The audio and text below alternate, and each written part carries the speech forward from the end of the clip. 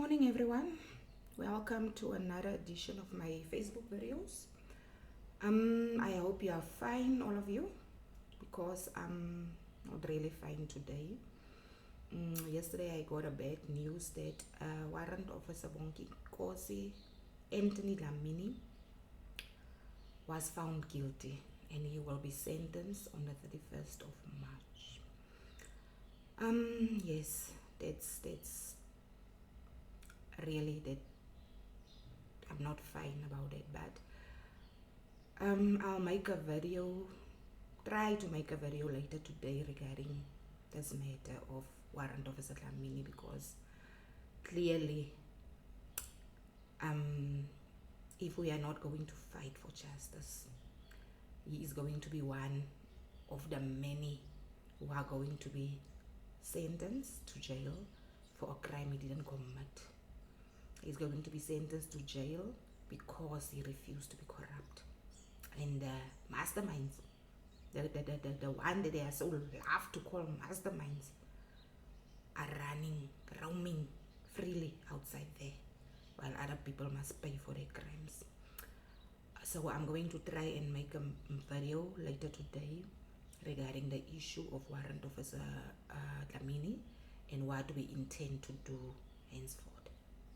So today's video is about the lady who are forced to do a maternity test, not a paternity test, a maternity test by the baby daddy.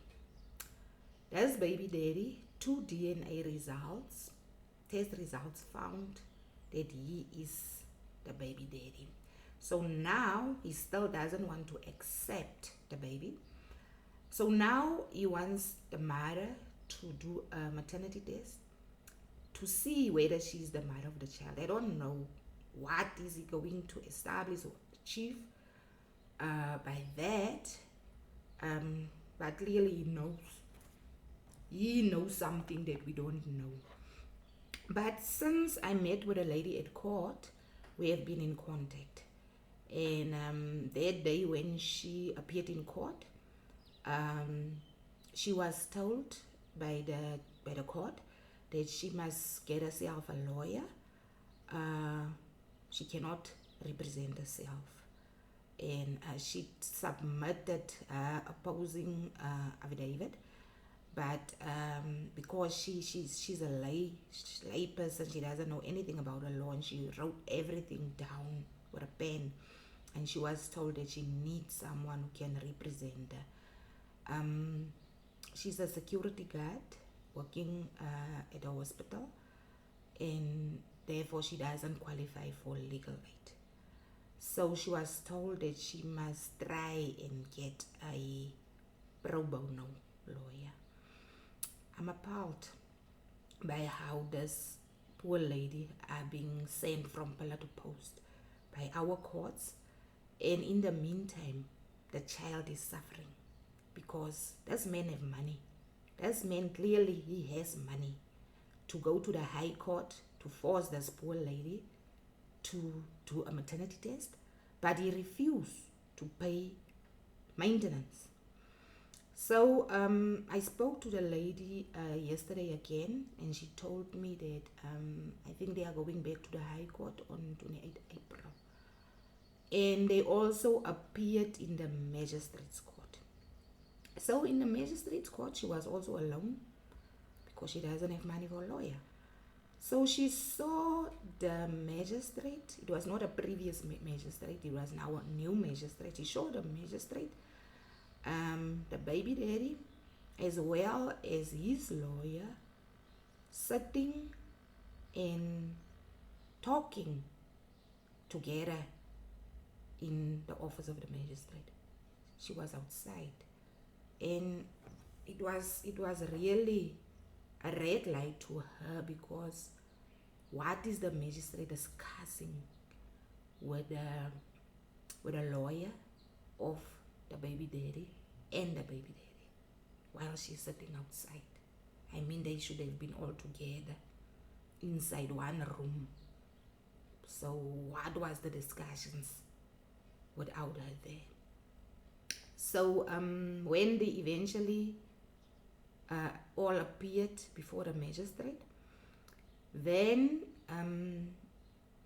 the baby daddy had to submit his salary advice, which he did not submit on the previous occasion. And apparently he did submit it, but now there's the issue of interim. I didn't know there's such a thing as interim maintenance. So now, since the first paternity test came out positive in 2023, the baby daddy insisted that they can only pay 500 rand for the baby interim until he's sure that she is actually the baby mother. So the previous magistrate told her that she's selfish because she doesn't want to accept the 500 rand that this man is offering. And you know what? I was going to ask that magistrate when I was in that room. If you say I'm selfish, that I don't want to accept 500 rand a month maintenance, and I'm spending about 3,000 rand minimum a month alone, what is the value of your kids? I would have asked that magistrate that. How much do you value your own kids? How much do you spend on your own kids per day? That's and for that matter, it was a female magistrate who told this woman that she is selfish because she doesn't want to accept 500 rand. How does she accept 500 rand a month while this man have money to run to the High Court to pay advocates to dispute the maternity of this lady, to dispute that she is actually the mother of the child? And in the interim, he wants to pay 500 rand for his own child because 2 DNA test results prove that he's the father of the child. And then the court come and tell the mother of the child that she's selfish because she doesn't want to accept 500 rand. What are you going to do with 500 rand a month? And the lady she actually told the magistrate, say, you know what? If he thinks that I want his money, that I'm going to use the money for myself, I don't want the money. I just want him to assist me. Let me give him then the banking details of the school, the preschool where the child is in. Then he can only pay that. I will do the rest. Seems like that is also difficult to do, but because that never happened. So now they appeared in court before the magistrate now, I think last week. And then that is when the issue of the 500 rand was raised again, where the magistrate asked her again, but why don't you, it's now a new magistrate, who asked her again, why do you refuse to accept the 500 rand? And she said that was his interim offer back in 2023. He said that he was going to accept, to pay 500 rand. At that time in 2023, I accepted pending the outcome of the DNA results. So we received the DNA results now in 20 later, and he still comes with the same interim payment, 500 rand. Now that the two DNA results from a private and a public institution have proved at 99.99% that he is the father of the baby. So now he still wants to be given the benefit of the doubt in pay 500 rand per month, while I must now run around seeking for legal representation so that he can prove that I'm the mother of the child. And she told him that I don't accept that 500 rand per month interim, because for how long is this interim going to last? And so now the case was postponed, I think, until the 25th of March. That case is proceeding. It was postponed until the 25th of March. So my question is this actually what is happening at maintenance courts? And it's not, I had another story. It's not only women who are being abused like this. Also the baby daddies, on the other hand, are being abused. Because there are also baby mothers who takes advantage of the maintenance courts to punish the baby daddies. So it's not only on the one side, it's also on the other side. But this issue, this story of this lady who are being forced by the courts to do a maternity test to prove that she is the mother of the child is just, now where are all the organizations for children's rights? Because in terms of the Children's Act, the child's interest must always come first. Now, why does the father's interest in this instance being put first? Why are the fathers in the, what makes this man so special that the courts allow him to do whatever he wants to do? Because it seems like the court is allowing him. The court is putting his interest before the interest of the child. And this lady have been even arrested and detained at Park Road police station because of this issue of the paternity of the child. So now I'm going to read you a message that she sent me pertaining to this arrest. So let me read you the message that she sent me. Early March 2020, I met a guy and had a relationship with him. The problem started when I told him that I'm pregnant, and he told me that I must abort the child. And I refused to do abortion, and he threatened me, telling me that he's going to kill the child in my tummy. And I opened a case at Park Road police station immediately. I don't know where the case ended.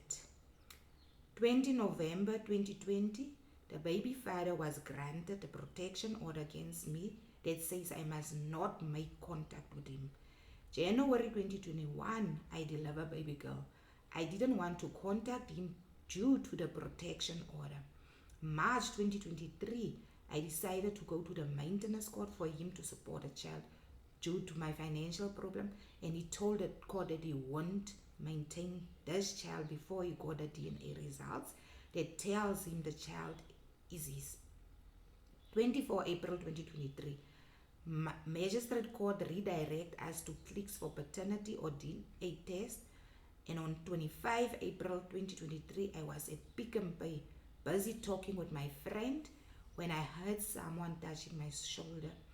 When I turned my head at the back, I found it was baby daddy's partner, and she told me if I think I'm going to win her man when I took him to the maintenance court. And I told her to leave me alone. She was pushing me with a groceries trolley, I presume, and telling me if she doesn't want what I can do, and she started to swear to me in front of my 9-year-old son. The guy I was with that time told me I must ignore her because the lady tried to provoke me. People who were there tried to chase her away from me. I left there without buying my things. 26 April 2023, baby daddy came with the police ladies at my work, and they told me they are going to fetch me to the police station because I was fighting baby daddy partner. And I told the police lady I didn't, but she's the one who tried to fight me, and told them they may go to Pick n Pay to check CCTV and they will know the truth But the police lady refused and told me that she doesn't want to look at any CCTV. We must go to Park Road police station. When we arrive at the station, the police lady told me she's going to arrest me because I contravened the protection order and I have a right to be silenced. I asked which protection order. She told me the protection order that was made by baby daddy. I was confused because baby daddy was not there when the incident, but yet he opened the case against me. The police lady took me to the cells and locked me up and told me that I'm going to appear at court on 28 April 2023 because 27 April 2023 was a public holiday, Freedom Day. I spent the whole night crying. The following day, 27 April, the public holiday, the police lady who arrested me told me that I'm free to go home. I asked why she arrested me in the first place. And she told me if I don't want to go home, I must tell her. I went out that day just like that without going to court. And I believe I was arrested lawfully and I seek help for justice. So I asked her what is the case number. So she said the case number is Park Road case 1120/04/2023. So this is the situation of this lady. This is what she are enduring at the hands of the people who are supposed to protect her as a woman, to protect her baby, and instead the courts are abusing her. The police is abusing her. She have been arrested and detained for a contravention of a protection order for someone who never even took out a protection order against them. How can you come and arrest someone for contravention of a protection order for someone else's protection order? How does that happen? So this is the kind of justice that people are going through on a daily basis in our courts. And when you are standing as an accused in court, everyone is already judging because they don't know what is happening in the courts. They don't know what is happening in the courts. So people are suffering out there. People are suffering. Mothers are suffering. Children are suffering. And like I said, also men are suffering in this maintenance courts.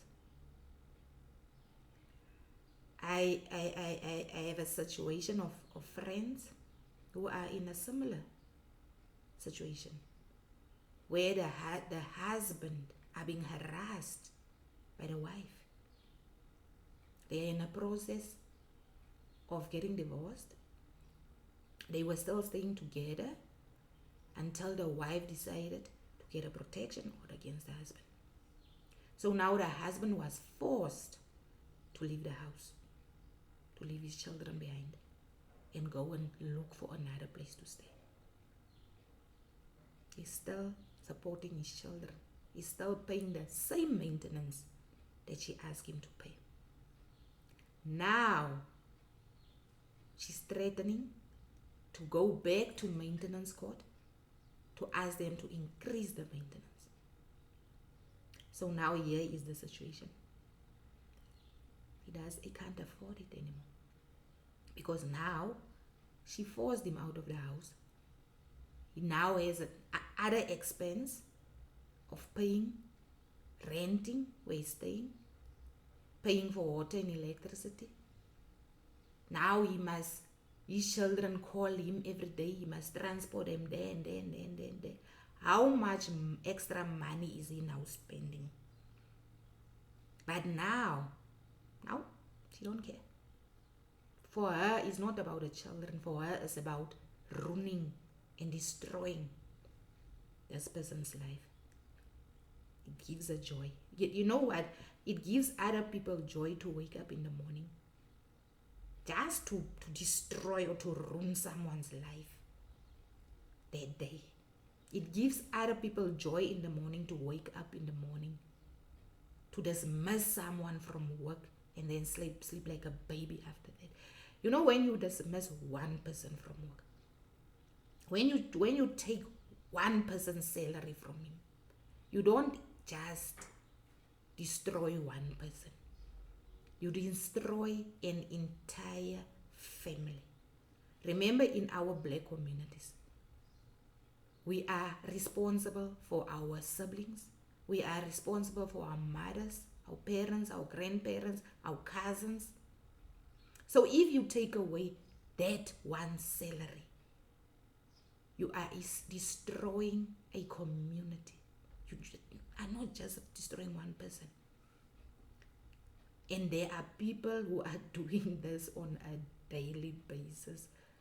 When you go and count how many people did he dismiss, 100, 200, 300, 400 people that he dismissed. Now you go and calculate how many families did that person dismiss.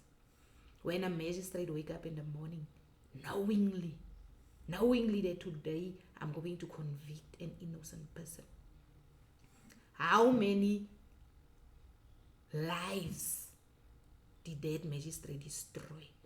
How many futures did that magistrate destroy?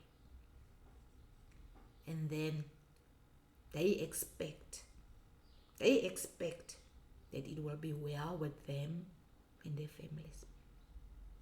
How can it be well with you and your family when you made it your life mission to destroy other families, to destroy other people's children's lives, and you expect your children's children to be successful in life? Life is a wheel. It turns slowly but surely, and it grinds. You know, it not just turn, it grinds. One day, maybe the sins will not be visited upon you, but the sins will be visited upon those who come after you. Innocent people who were not part of that, who were not there when you committed these sins. And then they will suffer because of your actions. When you are doing these things, you must think that you are not a demigod. You are not a superhuman. You are from flesh and blood like every one of us. And you also have children. You also have a family. And one day your family will be hated. Your family will be despised by everyone. Your family will suffer because of your actions. Life is a wheel. It grinds as it turns. So, do whatever what makes you happy. But remember, when it's your time, it's your time. This is the end of this video. I will try my best to see if I can make a video later regarding the issue of warrant officer coming in. So until later, bye.